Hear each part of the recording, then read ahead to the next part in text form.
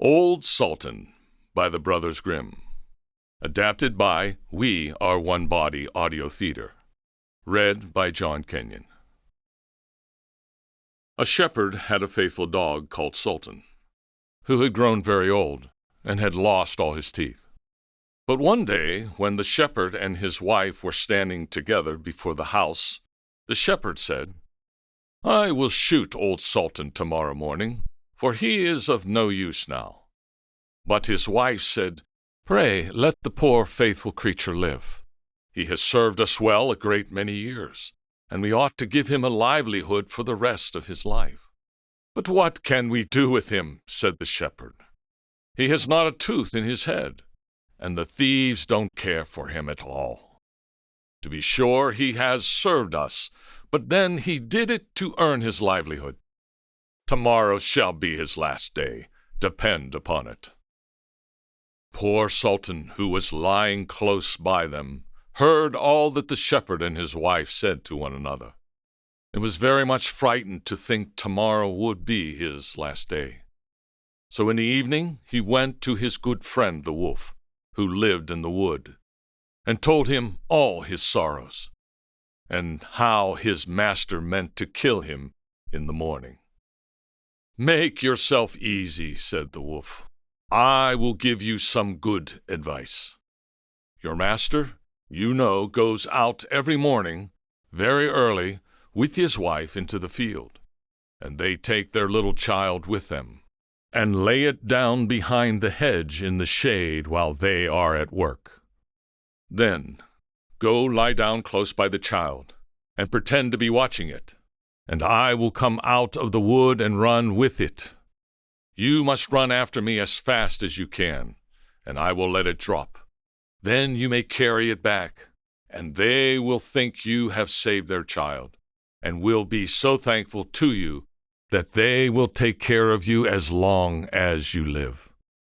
The dog liked this plan very well, and accordingly so it was managed. The wolf ran with the child a little way. The shepherd and his wife screamed out, but Sultan soon overtook him and carried the poor little thing back to his master and mistress. Then the shepherd patted him on the head and said, "Old Sultan has saved our child from the wolf, and therefore he shall live and be well taken care of, and have plenty to eat. Wife, go home, and give him a good dinner, and let him have my old cushion to sleep on as long as he lives."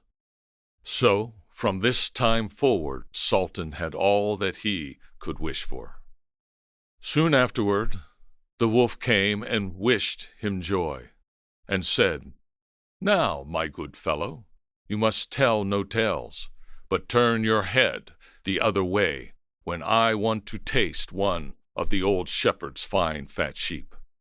"No," said Sultan, "I will be true to my master."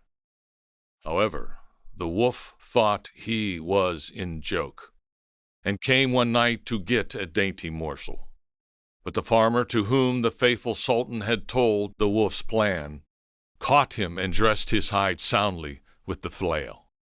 The wolf had to pack off, but he cried out to the dog, "Wait a bit, you scoundrel, you shall pay for this." So the next morning the wolf sent the boar to challenge Sultan to come into the wood to fight the matter. Now Sultan had nobody he could ask to be his second but the shepherd's old three-legged cat. So he took her with him, and as the poor thing limped along with some trouble, she stuck up her tail straight in the air.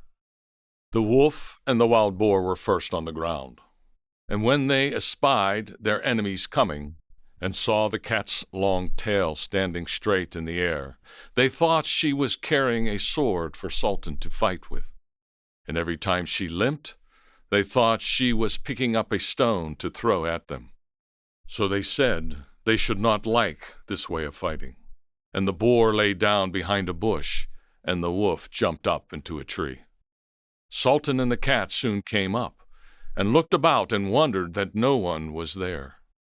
The boar, however, had not quite hidden himself, for his ear stuck out of the bush, And when he shook one of them a little, the cat, seeing something move, and thinking it was a mouse, sprang upon it, and bit and scratched it, so that the boar jumped up and grunted, and ran away, roaring out, "Look, up in the tree, there sits the one who is to blame." So they looked up, and espied the wolf sitting amongst the branches. And they called him a cowardly rascal, and would not suffer him to come down till he was heartily ashamed of himself, and had promised to be good friends again with Old Sultan.